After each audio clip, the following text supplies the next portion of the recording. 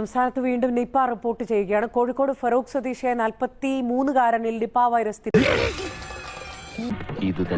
ഇവിടെ വളരെ ഗുരുതരമായിട്ടുള്ള വീഴ്ച സംഭവിച്ചിരിക്കുന്നു. ആ വീഴ്ച പ്രതിഫലിക്കുന്നത് പൊതുജനാരോഗ്യ പ്രവർത്തനങ്ങൾ ആളുകളെയാണ് ബാധിക്കുന്നത്. രോഗങ്ങൾ വലിയ രീതിയിൽ വർദ്ധിക്കും, പകർച്ചവ്യാധികൾ വലിയ രീതിയിൽ വർദ്ധിക്കും. അതിൽ വലിയ രീതിയിൽ നമ്മുടെ ആശുപത്രികൾ പണ്ഡിതനാണെന്ന് തോന്നുന്നു. അർത്ഥം പറഞ്ഞൊന്നും കേട്ടില്ലേ? ഇത് അടിയന്തരമായിട്ട് ഈ വീഴ്ച പരിഹരിക്കേണ്ടതായിട്ടുണ്ട്. ഗുരുതരമായിട്ടുള്ളൊരു കാര്യം. ഈ നാട് നന്നാവണമെങ്കിൽ ആദ്യം ഭരണവർഗം നന്നാവണം, പിന്നെ പോലീസുകാർ നന്നാവണം. ശരി എന്തായിരുന്നു എന്നുള്ളത് കാലം തെളിയിക്കും. ശരി തെറ്റുകൾ കാലം തെളിയിക്കും. ഇത് വളരെ എവിഡന്റ് ആയിട്ടുള്ള ഒരു കാര്യം.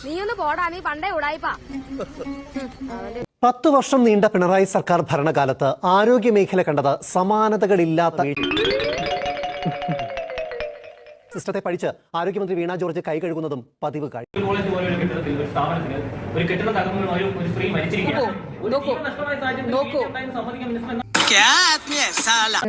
ശരി എന്തായിരുന്നു എന്നുള്ളത് കാലം തെളിയിക്കും. ഇവിടെ ഭയങ്കര പൊന്നിത്ര ശല്യം. ഞാൻ പോട്ടെ.